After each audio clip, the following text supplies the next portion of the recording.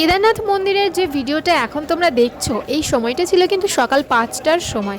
তো 5টার সময় মন্দিরের সামনের থেকে কতটা লাইন ছিল সেইটাই আর কি এই ভিডিওতে সম্পূর্ণটা দেখাবো। 5টার সময় কেদারনাথ মন্দিরে কেমন লাইন আসে, তবে আমি কিন্তু সম্পূর্ণ ভিডিওটা নিতে পারিনি, কারণ সেই ভোর 3টের থেকে আর কি হাঁটছি।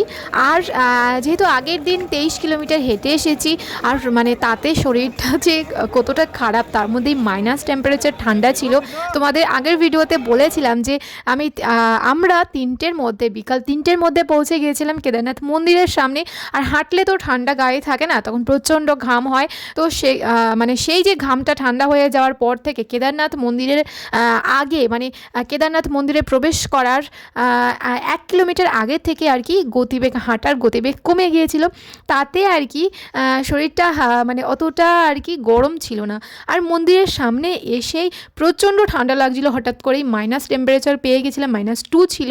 তো তাতে আর কি অতিরিক্ত ঠান্ডা লেগেছিলো, আর এতই শরীর খারাপ হয়ে গেছিলো, আমি আর রাত্রে আর বাইরেই বেরোইনি। জাস্ট 8টার সময় আর কি ডিনারটা করে আবার ঘুমিয়ে পড়েছিলাম। আবার ভোর 3টের সময় উঠে আর কি এসে এই যে পুজো দেওয়ার জন্য লাইন দিয়েছিলাম। তো তখন এই লাইনটা প্রায় হাফেরও কম ছিল, আর এখন লাইনটা পড়েছে তোমরা নিশ্চয়ই বুঝতে পারছো। ভিডিওটা কিন্তু অনেকটাই স্পিড করা আছে, তবে সম্পূর্ণ আমি লাইনের পেছনে যেতে পারিনি, কারণ অতটা হাঁটা সম্ভব নয়। আবারও এই 23 কিলোমিটার হেঁটে নামতে হবে। তারপর সকাল থেকে কিন্তু আমরা ব্রেকফাস্ট করিনি, না খেয়েই নেমেছিলাম। পাহাড়ে গেলে না সারাদিনে আর কি খাওয়ার কথা মনে থাকে না। নামার সময় বিকাল 3টের সময় মনে হচ্ছে একটা পরোটা টাইপসের মতো কিছু খেয়েছিলাম, তবে সেগুলো আর কি খুবই কষ্টে খেয়েছিলাম। এই যে সারাদিন না খাওয়ার পর তেলের জিনিস খেতে যে কী কষ্ট লাগে।